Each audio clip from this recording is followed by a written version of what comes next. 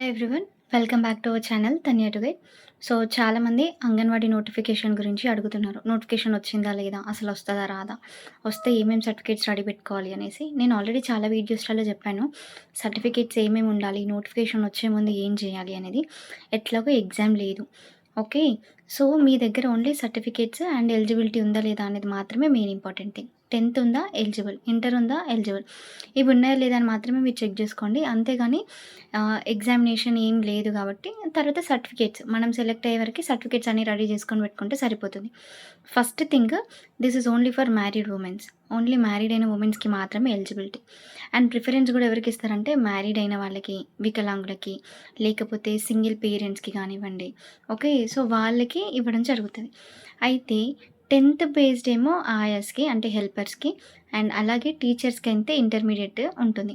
మీకు highest qualification ఉన్నా కూడా మీరు ఎలిజిబులే ఉంటారు మ్యాక్సిమం, ఓకే. సో ఇక్కడి వరకు డౌట్స్ అన్నీ క్లియర్ అయిపోయాయి అనుకుంటాను. నోటిఫికేషన్ ఇంకా రాలేదు, వచ్చే వరకు వెయిట్ చేయండి. ఇన్ని డేస్ వెయిట్ చేశారు, ఇంకొన్ని డేస్ వెయిట్ చేస్తే బెటర్. ఎందుకంటే ఇప్పుడు చాలామంది నోటిఫికేషన్ వచ్చింది అది ఇది అని చెప్పి చాలా వీడియోస్ పెడుతున్నారు. సో అవన్నీ చూసి మీరు ఆ లింక్స్ క్లిక్ చేసి, ఓకే, ఏదో ఫేక్ వెబ్‌సైట్‌కి వెళ్ళడం ప్రాబ్లమ్. అఫీషియల్‌గా నోటిఫికేషన్ వచ్చేంత వరకు వెయిట్ చేయండి. ఒక 2 రోజుల ముందు మనకి నోటిఫికేషన్ రిలీజ్ చేసిండ్రు టీజీపీఎస్సీ నుంచి. ఏంటి, మనకి AW notification, AE notification, environmental pollution engineer notification. అట్లనే మనకు ఒక డీటెయిల్డ్ నోటీస్ వస్తది. ఆ డీటెయిల్డ్ నోటీస్ వచ్చేంత వరకి వెయిట్ చేయండి, ఓకే.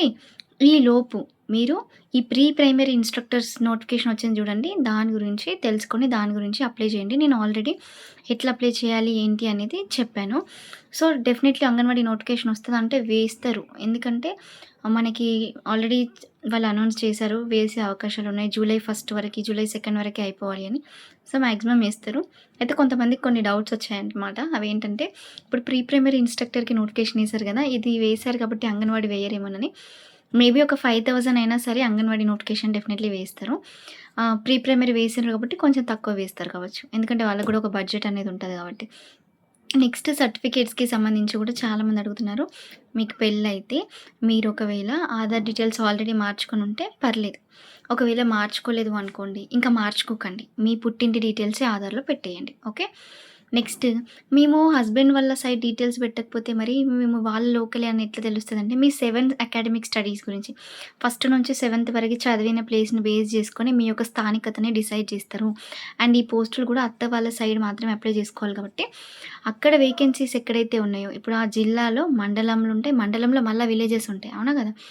ఆ విలేజెస్‌లలో అప్లై చేసుకోవచ్చు. ఇప్పుడు ఒక కోడలు ఉందనుకోండి, వాళ్ళ అత్త ఇల్లు, అమ్మ వాళ్ళ ఇల్లు జస్ట్ 10 కిలోమీటర్స్ డిస్టెన్సే ఉంటే మీరు ఆహ్, ఆ ప్లేస్ ఏదైతే ఉందో దానికి నియరెస్ట్‌ది అప్లై చేసుకుంటే సరిపోతది, ఓకే. అంతేగాని డిస్ట్రిక్ట్ వైస్‌గా ఉండే మండలంలో అప్లై చేసుకోవాలి. అంతేగాని ఓవరాల్ ఒకటే డిస్ట్రిక్ట్‌కి అన్నట్టు కాదు, ఓకే.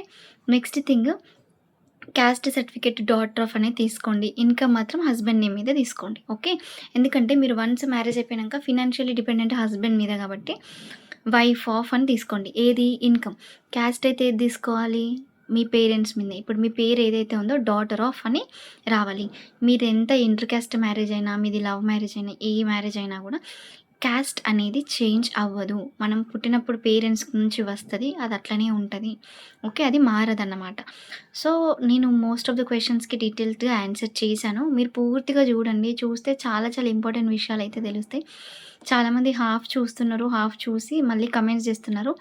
సో నేను కూడా వర్క్ చేస్తాను. నేను కూడా చాలా టైం కేటాయించి ఈ వీడియోస్ అయితే పోస్ట్ చేస్తున్నాను. అందరికీ రిప్లైస్ ఇవ్వలేకపోవచ్చు. అందుకోసమని వీడియో అయితే కంప్లీట్‌గా చూడమని చెప్తున్నాననమాట. అయితే ఇంకొకటి, ఒకవేళ ఆల్రెడీ ఆధార్ డీటెయిల్స్ మార్చుకొని మళ్ళీ చేంజ్ చేసుకోవచ్చు అనుకుంటే, ఇప్పుడు ఆధార్ అప్డేట్ కూడా ఫ్రీగానే ఉంది కాబట్టి మీరు మళ్ళీ డీటెయిల్స్ అప్డేట్ చేసుకోవాలనుకుంటే చేసుకోండి. బాగా గుర్తుపెట్టుకోండి, క్యాస్ట్ పేరెంట్ నేమ్ మీద డాటర్ ఆఫ్ అని రావాలి.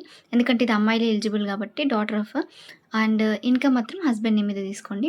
రెసిడెన్స్ సర్టిఫికేట్ అని ఒకటి ఉంటది. ఆ రెసిడెన్స్ సర్టిఫికేట్ మీరు జాబ్‌లో జాయిన్ అయినంక వాళ్ళొక ఫార్మాట్ ఇస్తారు. ఆ ఫార్మాట్ కోసం తీసుకోవాల్సి ఉంటది. కొంతమందికేంటంటే first to fourth study certificates ఉంటుండవు. సో మీరు ఎంఆర్ఓ ఆఫీస్‌కి వెళ్ళి పలానా టైంలో నేను చదువుకున్నాను, అప్పుడు మా స్కూల్ లేదు, మరి నేను ఏం అప్లై చేసుకోవాలి అనేది మీరు చేయండి, ఓకే. సో ఈ విధంగా మీరు సర్టిఫికేట్స్ అప్లై చేసుకుంటే బెస్ట్ అనమాట. మిగిలిన డీటెయిల్స్ అన్నీ మీ దగ్గర ఉండే ఉంటాయి. First to 7th study certificates, లేకపోతే 10th వరకు స్టడీ సర్టిఫికేట్స్, ఇంటర్మీడియేట్ పోస్ట్‌కైతే ఇంటర్మీడియేట్ వరకు స్టడీ సర్టిఫికేట్స్, బోనఫైడ్స్ అన్నీ ఉండాలనమాట. మీది డిగ్రీ ఉంటే డిగ్రీది అవసరం లేదు. ఓన్లీ ఇంటర్మీడియేట్ వరకే క్వాలిఫికేషన్ ఇచ్చారు కాబట్టి ఇంటర్మీడియేట్ వరకు ఉన్న స్టడీ సర్టిఫికేట్సే main important. Caste, income, residence certificate, ration card ఉంటే రేషన్ కార్డ్ గూడా. రేషన్ కార్డ్ మోస్ట్‌లీ అడగరు. బట్ ఇన్ కేస్ ఉంటే పెట్టండి. అండ్ చాలామంది అంటున్నారు ఆఫ్‌లైన్ ఫార్మ్ ఉంటుందా? ఆన్‌లైనా అని. కొన్ నాకు తెలిసినంత వరకి మేబీ కొన్నిసార్లు ఆఫ్‌లైన్ గూడా ఉంటదేమో అనిపిస్తుంది. ఎందుకంటే చాలామంది అప్లై చేస్తారు కాబట్టి.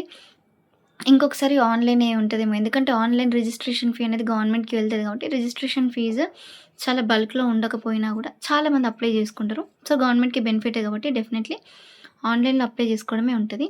లింక్ వన్స్ అగైన్ యాక్టివేట్ అవ్వలేదు. నోటిఫికేషన్ రాలేదు. వేస్తారు. ఓకే. అండ్ జిల్లాల వారీగా వేకెన్సీస్ గూడా నేను ఆల్రెడీ చెప్పాను. ఒక్కసారి చూడండి. మీరు ప్రీవియస్ వీడియోస్ గనక చూస్తే అందులో అన్నీ ఉంటాయి. అండ్ అంగన్‌వాడీకి సంబంధించి కూడా మీరు టెలిగ్రామ్‌లో జాయిన్ అవ్వండి. నేను కింద టెలిగ్రామ్ లింక్ ఇస్తాను. అక్కడ నుండి పీడిఎఫ్‌లో మీ జిల్లా పేరు సెర్చ్ చేయండి. డైరెక్ట్‌గా మీకైతే ఆహ్, తెలుస్తాయి ఎక్కడెక్కడ వేకెన్సీస్ ఉన్నాయో. Thank you.